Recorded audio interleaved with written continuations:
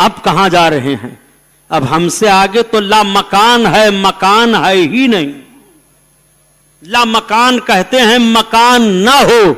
یہیں پر معراج مصطفیٰ کو سمجھنے سے عقل قاصر ہو گئی کہ مکین والا تو مکان میں جا سکتا ہے اور نبی لا مکان میں جا رہے ہیں. جب مکان ہے ہی نہیں تو جائیں گے کہاں؟ وہاں کون جائے گا جو لا مکان ہو؟ مکان ہے ہی نہیں، صرف پردہ ہی پردہ ہے، حجاب ہی حجاب ہے. مکان ہے ہی نہیں، نور ہی نور ہے، مکان ہے ہی نہیں. سمجھ میں بات نہیں آ رہی ہے؟ عرش دنگ ہو جاتا ہے، تعجب میں پڑ جاتا ہے. میرے مولا تیرے محبوب کی شان کا عالم کیا ہے؟ محبوب جب مکہ سے چلے مسجد اقصی تک تو بات سمجھ میں آئی.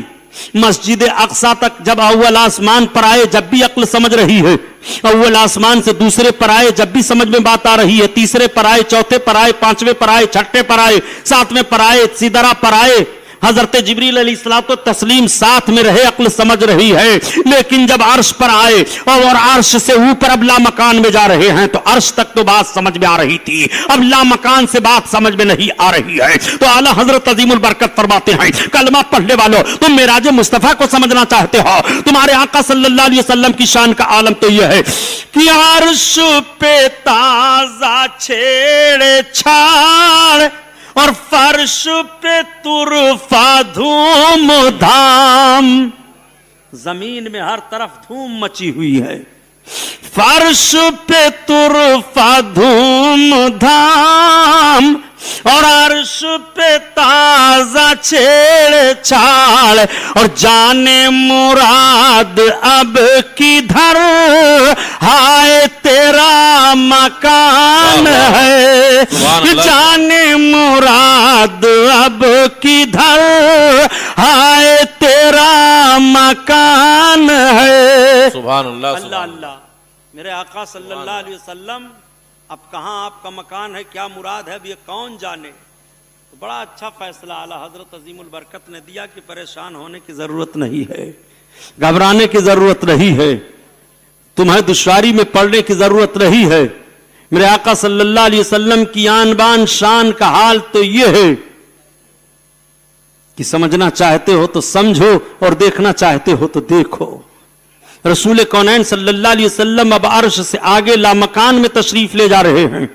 مکان ہے ہی نہیں تو تشریف لے جانے کی کیفیت کیا ہوگی؟ مکان ہے ہی نہیں تو میرے سرکار کیسے تشریف لے جا رہے ہیں، کس ذریعہ سے جا رہے ہیں؟ عقل سمجھ نہیں پا رہی ہے. تو فوراً اعلی حضرت عظیم البرکت نے ایک ذہن دے دیا، ایک مزاج دے دیا کہ کان جدھر لگائیے تیری ہی داستان ہے. عرش کی عقل دنگ ہے اور چرخ میں آسمان ہے. عرش کی عقل دنگ ہو گئی، آسمان فکر میں ہے، سوچ رہا ہے ہائے سرکار کی شان کا عالم کیا ہے. عرش کی عقل دنگ ہے اور چرخ میں آسمان ہے اور کان جدھر لگائیے تیری ہی داستان ہے. ہر طرف سرکار ہی کا ذکر ہے، ہر طرف نبی ہی کا جلوہ ہے، ہر طرف میرے سرکار کے آن بان کا معاملہ ہے. آؤ قربان جاؤ اپنے آقا صلی اللہ تعالی علیہ وسلم پر. میرے سرکار صلی اللہ تعالی علیہ وسلم جب قرب الہی میں پہنچے تو 70,000 حجابات ہٹائے گئے. اس کے بعد لاکھوں حجابات ہٹے. لاکھوں حجابات کے ہٹنے پر جب قرب الہی میں میرے آقا تشریف فرما ہوئے، رب تعالیٰ نے ارشاد فرمایا ادنو یا محمد ادنو یا ممجد، اے محمد اے بزرگو برتر قریب آؤ قریب آؤ قریب آؤ. میرے آقا صلی اللہ تعالی علیہ وسلم اپنے رب کے حضور ہوئے اور اپنے رب کی ذات کو آپ نے دیدار کیا. نعرہ تکبیر، نعرہ تکبیر، نعرہ رسالت، نعرہ رسالت، حضرت علامہ مولانا ضیاء المصطفیٰ صاحب قبلہ، حضرت علامہ مولانا شعیب رضا خان صاحب بریلی شریف، نعرہ تکبیر، نعرہ رسالت، علماء اہل سنت، مسلک اعلی حضرت، مذہب اہل سنت، رضا اسلامک مشن، نعرہ تکبیر، نعرہ رسالت۔ درود شریف پڑھیے۔ اللہم صلی علی سیدنا مولانا محمد معدن الجود والکرم وعلی آلہ وبارک وسلم۔ صلاۃ و سلام علیک یا رسول اللہ صلی اللہ تعالی علیہ وسلم۔ اطمینان سے آپ ہو جائیں، بات چل رہی تھی، آقا صلی اللہ علیہ وسلم اپنے رب کے حضور میں اپنے رب کے ذات پاک کی زیارت کر رہے ہیں، دیدار سے مشرف ہوئے۔ دیدار کی کیفیت کو قرآن نے جو بیان کیا، ما زاغ البصر وما طغى، نگاہیں جھپکی نہیں۔ حضرت موسیٰ پیغمبر علیہ الصلوۃ والتسلیم نے جب رب کی بارگاہ میں عرض کیا تھا، پروردگار میں تیرے جلوے پاک کا نظارہ کرنا چاہتا ہوں، اور رب نے ارشاد فرمایا تھا لن ترانی، موسیٰ تم ہرگز مجھے نہیں دیکھ سکتے۔ لیکن جب بار بار رب کی بارگاہ میں عرض گزار ہوتے رہے تو رب تعالیٰ نے اپنی تجلی کا عکس ڈال دیا تھا طور پر۔ حضرت موسیٰ علیہ الصلوۃ والتسلیم کو غش آیا تھا۔ واقعہ سنانا مقصد نہیں ہے، آپ علماء سے سنتے رہے ہیں۔ اس تجلی کے عکس کے دیکھنے کی کیفیت کا حال یہ ہوا تھا، حضرت موسیٰ علیہ الصلوۃ والتسلیم کی مقدس نگاہوں میں ایسی روشنی آئی تھی کہ کالے پہاڑ پر کالی چیونٹی کو کالی رات میں 30 میل کی دوری سے دیکھ لیا کرتے تھے۔ وہ روشنی کا عالم تھا۔ تعجب ہوتا ہے جب یہ پیغمبروں کی طرح معاذ اللہ اپنے آپ کو بننے کی کوشش کرتے ہیں۔ سائنس نے بڑی ترقی کر لی ہے، لیکن کسی سے پوچھو کہ چیونٹی کیا کہتی ہے، کوئی بتا پائے گا؟ چونٹا کیا بولتا ہے کسی کو پتا ہے؟ ایک مٹھی چیونٹی لے لو اور دیوبندی کے کان میں ٹھونس دو، وہابی کے، اور کہو بتا کیا بولتی ہے چیونٹی، کان تو پھٹ جائے گا مگر اس چیونٹی کی بولی نہیں بتا پائے گا۔ پیغمبر کی شان ذرا ملاحظہ فرمائیے۔ حضرت سلیمان علیہ الصلوۃ والتسلیم تشریف لا رہے ہیں، آپ کے لشکری ہیں، چیونٹیوں کا غول جا رہا ہے، گھوم کر کے چیونٹی نے کہا بل میں گھس جاؤ، حضرت موسیٰ کے لشکری آ رہے ہیں، دب جاؤ گی۔ حضرت سلیمان کے لشکری آ رہے ہیں، حضرت سلیمان علیہ الصلوۃ والتسلیم نے اس چیونٹی کی آواز کو سن لیا۔ تو پیغمبر چیونٹی کی آواز کو سن لیں۔ عجیب و غریب سیرت بیان کر دیا دیوبندیوں نے۔ اپنے مدرسہ دیوبند کی عزت بڑھانے کے لیے کہا ایک مرد صالح نے رسول سلام کو خواب میں دیکھا کہ آپ اردو میں بات کر رہے ہیں، تو پوچھا کہ آپ تو عربی میں ہیں، آپ کو یہ کلام کہاں سے آ گئی؟ ابھی تک سب پڑھتے پڑھاتے رہے کلام آ گیا، کلام بولا جاتا ہے، کلام سنا جاتا ہے، مگر ان کے ہاں کلام آ گئی۔ کسی لڑکے کا نام کلام رکھ دو تو بولیں گے کلام آ گئی۔ عجیب حال ہے، کہاں سے کلام آ گئی؟ آپ تو عربی ہیں۔ تو کہا جب سے مدرسے دیوبند سے ہمارا معاملہ ہوا یہ کلام آ گئی۔ معاذ اللہ رب العالمین، جھوٹے کہیں گے، توبہ توبہ استغفر اللہ۔ یہ اردو زبان رسول کونین کو اپنے مدرسے سے بتا رہے ہیں۔ یہی بات بتا دی جائے تو آپ کہہ گزرتے ہیں کہ یہ بریلوی مولوی لوگ تو جھگڑا لگاتے ہیں۔ نادان نجدی ذہن و فکر رکھنے والے لوگوں، ہم جھگڑا لگاتے ہیں، تم لوگوں نے کتابوں میں کیا کیا بکا ہے، کیا کیا لکھا ہے، ذرا غور تو کرو۔ حضرت سلیمان پیغمبر علیہ الصلوۃ والتسلیم چیونٹی کی بولی سن رہے ہیں، اور میرے آقا کا تو عالم یہ تھا کہ اونٹ اپنی فریاد پیش کرے، چڑیاں اپنی فریاد پیش کریں، ہرن اپنی فریاد پیش کریں، جانور اپنی فریاد پیش کریں، سب اپنی اپنی فریاد کو پیش کر رہے ہیں، اور آقا سب کی فریاد کو سن کر کے سب کی فریاد کو پہنچ رہے ہیں۔ یہ تو اپنے آقا صلی اللہ علیہ وسلم کی شان ہے۔ حضرت موسیٰ علیہ الصلوۃ والتسلیم نے تجلی کے عکس کو دیکھا تھا، یہ روشنی آئی تھی۔ آپ کی بیوی نے جب دیکھنا چاہا دیکھتی رہتی تھی، ایک آنکھ دیکھتی، آنکھ کی روشنی جاتی پھر آتی پھر جاتی پھر آتی، اس طرح سے دیکھتی بند کرتی دیکھتی بند کرتی، یہ حال تھا۔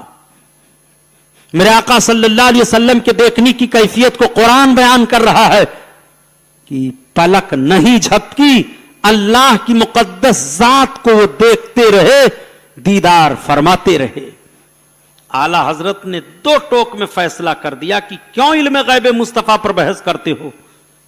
جب رب تعالیٰ نے اپنی ذات پاک کا دیدار اپنے محبوب کو کرا دیا تو اپنی خدائی کو اپنے محبوب کی نگاہوں سے کیوں کر چھپا کر رکھے گا؟ اعلیٰ حضرت عظیم البرکت فرماتے ہیں کلمہ پڑھنے والا تو اپنے نبی کی شان دیکھ لے، تیرے نبی کی شان کا عظمت و عالم کیا ہے کہ اور کوئی غیب کیا تم سے نیہا ہو بھلا۔ یا رسول اللہ، اور کوئی غیب، کوئی بھی غیب ہو آپ سے کیسے چھپا رہے؟ اور کوئی غیب کیا تم سے نیہا ہو بھلا، اور جب نہ خدا ہی چھپا تم پہ کروڑوں درود۔ ہمارا اور آپ کا عقیدہ یہ ہے کہ اللہ کے حبیب نے اپنی آنکھوں سے اپنے رب کی ذات کا دیدار فرمایا، اور ہر جنتی جنت میں اپنے رب کا دیدار کرے گا۔ سب سے بڑی نعمت اس جنتی کے لیے یہی ہے۔ رب تعالیٰ نے اپنے محبوب کو عطا فرمایا، جو کچھ عطا فرمایا رب فرماتا ہے جو کچھ وہی کیا کیا۔ لیکن جب میرے آقا صلی اللہ علیہ وسلم اپنے رب کے حضور قرب میں حاضر ہوئے تو رب تعالیٰ نے ارشاد فرمایا محبوب لائے کیا ہو؟ عرض کرتے ہیں التحیات للہ والصلوات والطیبات۔ التحیات للہ، اے پروردگار بدنی مالی ساری عبادتیں سب تیرے لیے ہیں، تیری بارگاہ میں عبادت لے کر کے آیا ہوں۔ تو رب تعالیٰ نے اپنے محبوب پر صلات بھیج دیا، محبوب تم پر صلات ہو۔ آقا صلی اللہ تعالی علیہ وسلم نے جب رب کی طرف سے سنا کہ میرے اوپر صلات ہے تو ہم پاپیوں پر آقا نہیں بھولے، ہم پاپیوں کو سرکار نے یاد فرمایا، اور ہمارے نیک اور صالحین امتیوں پر بھی سلام ہو۔ آقا کریم صلی اللہ تعالی علیہ وسلم جو مدنی بدنی اور مالی عبادت کا ماحول پیش کیا، آج وہی نماز میں پڑھ رہے ہو۔ التحیات للہ والصلوات والطیبات السلام علیک ایھا النبی۔ جب رب کے محبوب نے مالی اور بدنی عبادات پیش کر دیا تو رب تعالیٰ نے ارشاد فرمایا السلام علیک ایھا النبی، اے نبی تم پر سلام ہو۔ تو رب تعالیٰ محبوب پر سلام بھیج رہا ہے۔ آج وہی سلام کا لفظ نماز میں پڑھتے ہو، السلام علیک ایھا النبی، اے نبی آپ پر سلام ہو، یا نبی سلام علیکہ۔ سلام سے بھی بیچارے چڑھتے رہتے ہیں، پتہ نہیں کیوں چڑھتے رہتے ہیں، کیا طریقہ انہوں نے وضع کیا ہے۔ اگر آپ کھڑے ہو کر سلام پڑھ لیے یہ کہاں سے ثابت ہے؟ بیٹھے بیٹھے سلام پڑھ لیے یہ کہاں سے ثابت؟ سب کہاں سے ثابت ہے، کہاں سے ثابت ہے؟ ساری بحث اسی پر چل رہی ہے، کہاں سے ثابت ہے؟ یہ کہاں سے ثابت ہے کہ کانگریس کے جھنڈے تلے رہو، مایاوتی کے جھنڈے تلے رہو، ملائم سنگھ کے جھنڈے تلے رہو؟ یہ کہاں سے ثابت ہے کہ ربیع الاول کا جھنڈا نکالو؟ تو یہ کہاں سے ثابت ہے کہ ان پارٹیوں کا جھنڈا نکالو؟ جھٹے کہیں کے، لا حول ولا قوت الا باللہ۔ ذرا فکر و نظر کا تماشا ملاحظہ کیجئے، انداز دیکھیے، نبی کونین صلی اللہ تعالی علیہ وسلم پر رب کا کتنا کرم ہے۔ رب نے فرمایا السلام علیک ایھا النبی، اے نبی تم پر سلام ہو۔ میرے آقا صلی اللہ تعالی علیہ وسلم پر سلام بھیجا جا رہا ہے۔ التحیات للہ والصلوات والطیبات السلام علیک ایھا النبی، اے نبی آپ پر سلام ہو، آپ پر سلام ہو۔ آج جو سلام معراج شریف کی رات میں رب تعالیٰ نے اپنے محبوب پر بھیج دیا، نماز میں اب قیامت تک تمہیں بھیجنا ہے۔ یہ یادگار زندہ ہے اور قیامت تک یہ یادگار باقی رہے گی۔ میرے آقا صلی اللہ تعالی علیہ وسلم رب کا دیدار کرتے رہے۔ کتنی دوری سے کیا؟ قربان جاؤ، ایک کمان کا فاصلہ یا 2 کمان کا؟ کمان سمجھتے ہو نا، عربی کمان اس کو کہتے ہیں۔ اتنی دوری سے یا ایک اور لے لو اتنی دوری سے رب کے دیدار سے مشرف میرے آقا صلی اللہ علیہ وسلم ہوئے. اعلی حضرت عظیم البرکت فرماتے ہیں کمان وغیرہ کی بات کر رہے ہو, کمان امکان کے جھوٹے نقطوں تم اول آخر کے فیر میں ہو, اور محیط کی چال سے تو پوچھو کدھر سے آئے کدھر گئے تھے.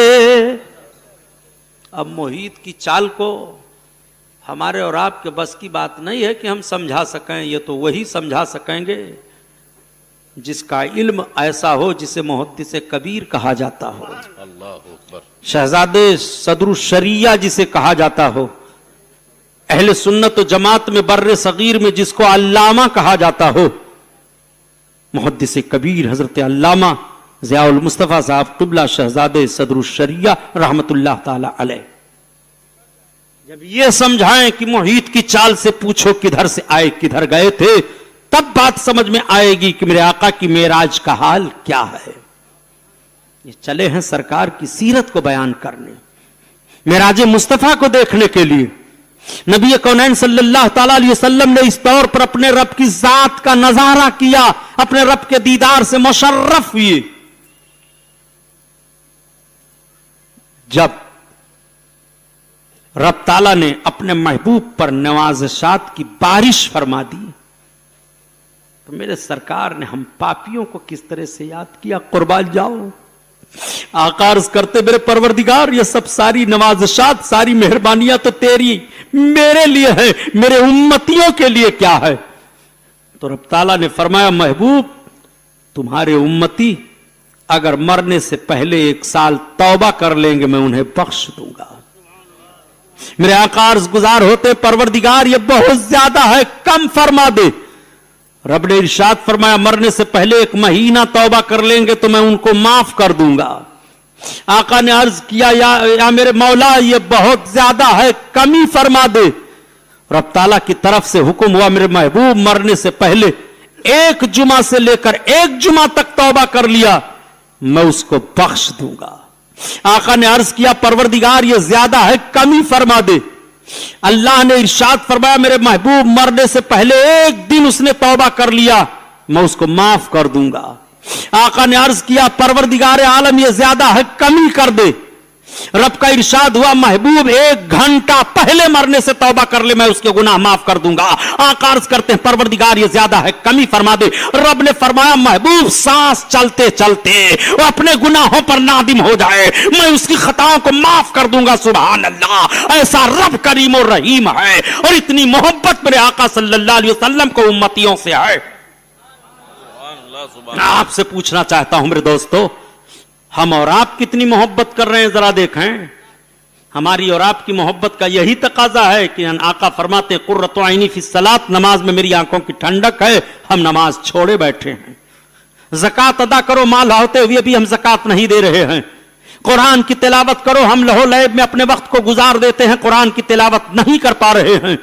درود و سلام نہیں پڑھ پا رہے ہیں, نیکیوں کے خوگر ہم نہیں بن پا رہے ہیں. یہ ہماری محبت کا تقاضا ہے. اور اپنے نبی صلی اللہ علیہ وسلم کی محبت کا حال ملاحظہ فرماؤ. میرے سرکار صلی اللہ علیہ وسلم کی بارگاہ میں دودھ کا, شہد کا, شراب کا 3 پیالہ پیش کیا گیا. معاذ اللہ یہ دنیاوی شراب نہیں, شرابن طہورا نہیں, یہ دنیاوی شراب سمجھ لو. میرے آقا صلی اللہ تعالی علیہ وسلم نے دودھ کا پیالہ لیا اور کچھ پی لیا, چھوڑ دیا. حضرت جبریل علیہ الصلوۃ والتسلیم نے عرض کیا یا رسول اللہ آپ نے فطرت سلیمہ کو اختیار کیا, لیکن اگر آپ پورا دودھ پی جاتے تو آپ کی امت بلا حساب و کتاب بخش دی جاتی. میرے سرکار صلی اللہ علیہ وسلم کی محبت دیکھو. آقا ارشاد فرماتے جبریل دودھ کا پیالہ پھر لاؤ, میں پھر سے پورا پیالہ پی لوں, میری امت بخش دی جائے. حضرت جبریل عرض کرتے یا رسول اللہ اب تو جو ہونا تھا وہ ہو گیا اور پیالہ دور جا چکا ہے. عرض کرنے کا مطلب یہ ہے کہ اے امت محمدیہ کے لوگوں, میرے آقا صلی اللہ علیہ وسلم کی محبت کس طرح سے ہے ہم سے اور آپ سے ذرا ملاحظہ فرمائیے. محبت کے تقاضے تو ذرا دیکھیے. محبت کے تقاضے 3 طرح کے ہوتے ہیں.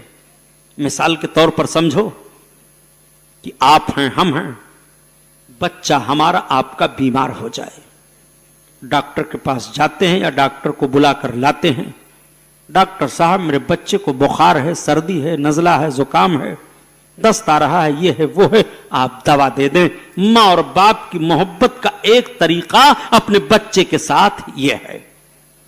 دوسرا طریقہ یہ ہے کہ وہی بچہ سخت بیمار پڑ جائے, سخت بیماری کی حالت میں آپ ڈاکٹر کو بلاتے ہیں یا ڈاکٹر کے وہاں لے جاتے ہیں, ڈاکٹر صاحب میرا بچہ بہت بیمار ہے, جتنا بھی پیسہ لے جائے, چاہے میں لگ جائے, چاہے میری دکان بک جائے, میرا مکان بک جائے, مگر میرے بچے کی دوا آپ صحیح طریقے سے کر دیجئے, میرا بچہ بہت بیمار ہے. محبت کا ایک طریقہ ماں باپ کا اپنے بچے کے ساتھ یہ بھی ہے. تیسرا طریقہ, وہی بچہ بیمار ہو جائے, حالت نزا میں ہو جائے, موت و زندگی کی کشمکش میں مبتلا ہے, ایسی صورت میں ڈاکٹر کے پاس لے جاؤ یا ڈاکٹر آئے تو کوئی ماں کوئی باپ اپنے بچے کے مرض کو نہیں بیان کرتا ہے, بلکہ ڈاکٹر کو دیکھتے ہوئے صرف اتنا ہی کہتا ہے, ہائے میرا بچہ, ہائے میرا بچہ, اے ڈاکٹر صاحب ہائے میرا بچہ, ہائے میرا بچہ.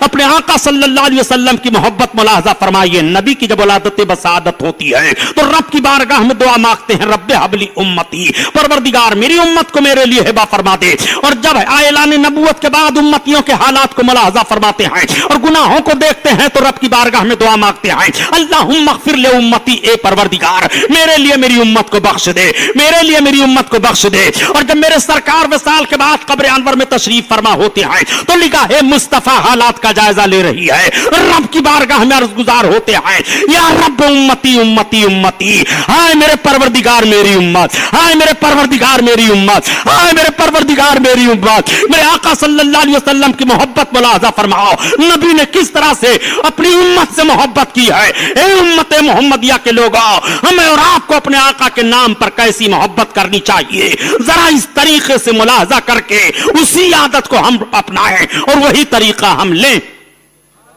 سبحان اللہ. آپ ذرا دیکھیں, میرے آقا صلی اللہ تعالی علیہ وسلم اب اپنے رب کے حضور سے واپس ہونے لگے. حضرت موسیٰ علیہ السلام سے ملاقات ہوئی, واقعہ تو آپ علماء سے سنتے رہتے ہو. حضرت موسیٰ علیہ السلام نے پوچھا کہ رب کے حضور سے آپ کو عطا کیا ہوا؟ آپ نے ارشاد فرمایا میری امت کے لیے 50 وقت کی نمازیں. حضرت موسیٰ علیہ السلام نے عرض کیا آپ واپس جائیے, معاف کرائیے, میں نے اپنی امت کو دیکھ لیا ہے, یہ بہت بھاری ہے. میرے سرکار آتے رہے جاتے رہے, معافی ہوتی رہی, صرف 5 وقت کی نمازیں رہ گئیں. جب پھر حضرت موسیٰ علیہ السلام نے عرض کیا تو آقا ارشاد فرماتے ہیں اب مجھے اپنے رب کے حضور یہ عرض کرنے کے لیے حیا آتی ہے. ارشاد رب ہوا میرے محبوب, نمازیں تو امت آپ کی 5 وقت کی ادا کرے گی مگر ثواب 50 وقت کا دیا جائے گا. یہ نماز تحفہ معراج ہے. آقا کریم صلی اللہ علیہ وسلم معراج شریف سے جب واپس آئے تو اپنی امت کے لیے اپنے رب کے حضور سے یہی تحفہ لے کر کے آئے اور ارشاد فرماتے ہیں الصلاۃ معراج المومنین, نماز مومنین کے لیے معراج ہے. میرے آقا صلی اللہ تعالی علیہ وسلم کے لیے پھر سواری لائی گئی. حضرت جبریل علیہ الصلوۃ والتسلیم حاضر بارگاہ ہوئے. میرے سرکار لوٹ کر کے واپس ہوئے. راستے میں کئی واقعات پیش آئے جو آپ کے معراج شریف پر دلیل ہے. مثلا ایک قافلہ والوں کا اونٹ غائب ہو گیا تھا, اس اونٹ کا پتہ لگنا, ان کا پانی پی جانا. میرے آقا صلی اللہ تعالی علیہ وسلم جب سویرے سویرے مکہ کی سرزمین پر اپنے واقع معراج کو بیان فرماتے ہیں تو ایک عجیب و غریب ماحول مکہ میں پیدا ہوا. سب سے زیادہ معراج شریف کے واقعے کو جھٹلانے کے لیے آگے بڑھا ابو جہل. اسی موقع پر میرے سرکار نے ارشاد فرمایا تھا اس کا نام عمرو بن ہشام ہے. آقا صلی اللہ علیہ وسلم نے ابو جہل نام دے دیا تھا تو اب اس کے اصل نام کو لوگ بھول گئے اور اسی ابو جہل کے نام سے ظالم یاد کیا جاتا ہے.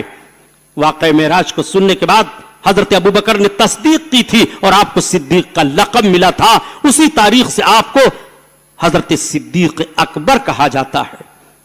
واقع معراج کو مکہ کی سرزمین پر بیان کیا گیا, لوگ دنگ ہو گئے, مخالفت کرنا شروع کر دیتے ہیں. آقا کریم کو گھیر لیا, تو میرے سرکار صلی اللہ علیہ وسلم نے بیان دینا شروع کیا کہ اچھا کہا، اچھا بیت المقدس دیکھ کر کے آئے ہو؟ کہا ہاں۔ تو جن لوگوں نے دیکھا تھا وہ پوچھنے لگے کیسے ہے؟ اللہ کے حبیب ارشاد فرماتے ہیں کہ رب تعالیٰ نے بیت المقدس کو میری نگاہوں کے سامنے کر دیا، میں دیکھتا جاتا تھا، بتاتا جاتا تھا، تو جو لوگ دیکھے ہوئے تھے بیت المقدس کو تصدیق کرتے جاتے تھے، اب لوگ حیران رہ گئے اور اب ماننے کے علاوہ کوئی چارہ نہیں رہا کہ واقعی محمد جو باتیں بتا رہے ہیں وہ صحیح بتا رہے ہیں۔